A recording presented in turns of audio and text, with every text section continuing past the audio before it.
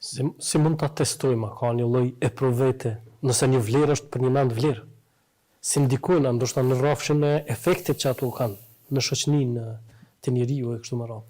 Kjo është dilemë njerëzore, qysh nga, më shumë thotë, qysh nga njeri I parë, edhe secili prej njerëzve të dijes turp e kanë pas problem, domethënë cilat janë vlerat, qysh është një vlera, është njerëzore, është me të vërtetë ndikimin e njerëz.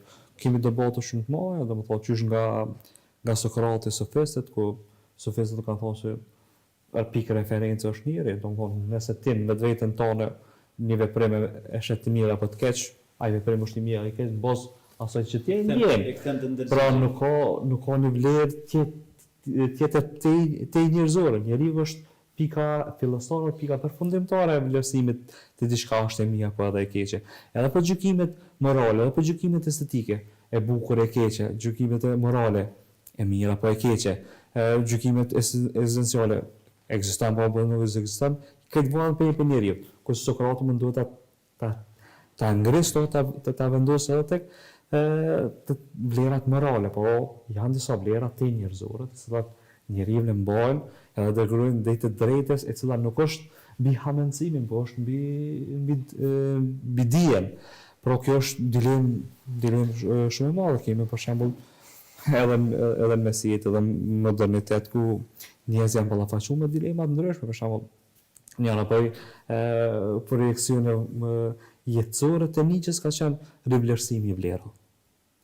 Po ai mendon se gjitha vlerat duhet të rivlerësohen për shkak se kanë humbur esencën e tyre.